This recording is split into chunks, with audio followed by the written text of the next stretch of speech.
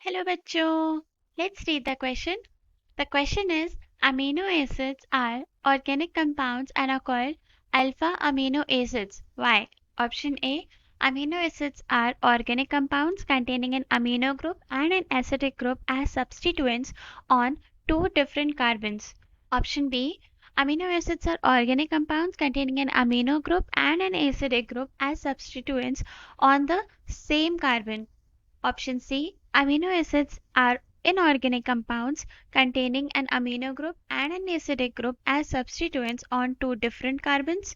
Option D. Amino acids are inorganic compounds containing an amino group and an acidic group as substituents on the same carbon. So इस question का की concept है amino acids.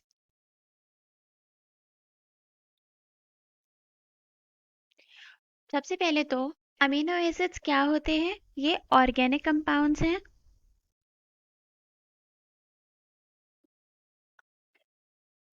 जिसमें दो functional groups होते हैं. एक होता है अमीनो, दो फंक्शनल ग्रुप्स हैं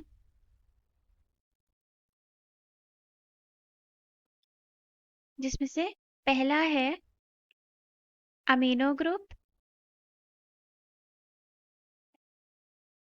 और दूसरा होता है एसिडिक ग्रुप या फिर कार्बोक्सिलिक एसिड.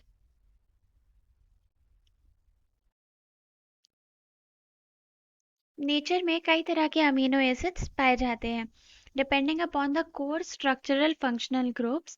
यहाँ पर हमारे पास अमीनो एसिड्स हैं alpha, beta, gamma and delta also. But इनमें से भी जो सबसे इम्पॉर्टेंट अमीनो एसिड्स हैं वो ये हैं.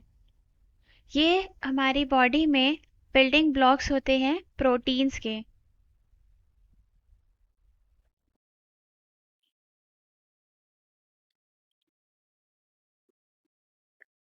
Now talking about these alpha amino acids, इनका जो जनरल स्ट्रक्चर होता है वो कुछ ऐसा होता है कि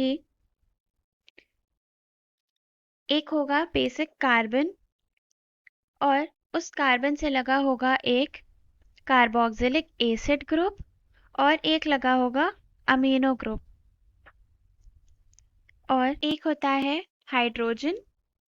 and lastly we have this R. इस आर को बोलते हैं वेरिएबल ग्रुप. यही ग्रुप वैरी करता है जिसकी वजह से हमें अलग अलग तरह के अमीनो एसिड्स मिलते हैं.